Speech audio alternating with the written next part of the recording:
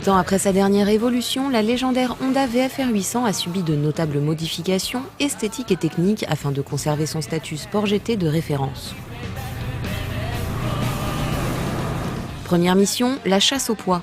La VFR a perdu 10 kg en tout, dont 7 en délaissant le double échappement sous la selle pour retrouver son unique pot latéral, tandis que la boucle arrière désormais en alu pèse 2 kg de moins. Un régime qui a permis à la ligne de s'affiner pour un design à l'élégance néoclassique, relevé par des LED aux optiques avant et arrière, et l'on voit les clignotants migrer dans les rétroviseurs.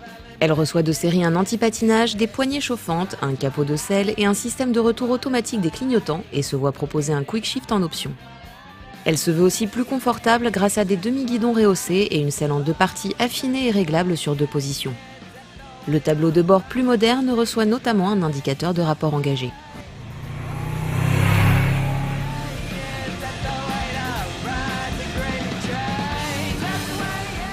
Le cadre double poutre en aluminium reste inchangé, mais on note un nouveau bras oscillant pro-arme réglable en précharge et en détente grâce à une molette déportée.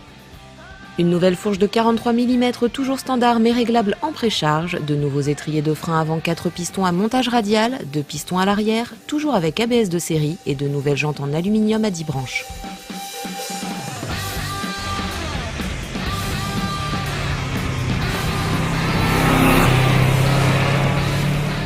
La tenue de route, toujours impériale, gagne en précision sans pénaliser le confort grâce à un amortissement haut de gamme, une maniabilité accrue dans les enchaînements grâce à la perte de poids et à l'abaissement du centre de gravité, et un système de freinage qui combine puissance et feeling, parfait pour un dosage précis.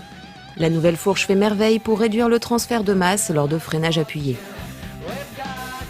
Le 4 cylindres en V à 90 degrés de 782 cm3, double ACT 4 soupapes et refroidissement liquide, est toujours équipé de la distribution variable VTEC qui permet en fonction du régime moteur d'actionner soit la totalité des 16 soupapes quand on monte dans les tours, soit seulement la moitié d'entre elles à bas régime.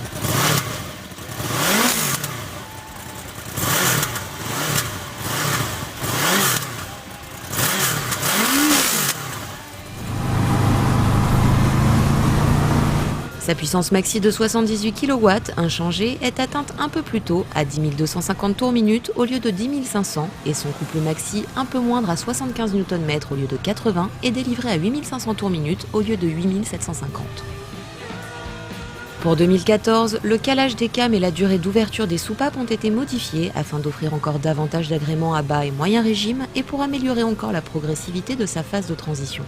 La sensation de coup de pied aux fesses est légèrement adoucie et les hésitations autour du régime de déclenchement du VTEC ont été gommées. Enfin, avec une injection recalibrée, Honda annonce une consommation normalisée en baisse à 5,6 litres au 100. Tout aussi sportive, plus technologique, plus ergonomique, cette nouvelle VFR a de plus gagné un VTEC plus polyvalent et une ligne à l'élégance intemporelle. Son tarif de 12 599 € ne prend que 100 € par rapport à celui de la précédente et semble plus justifié.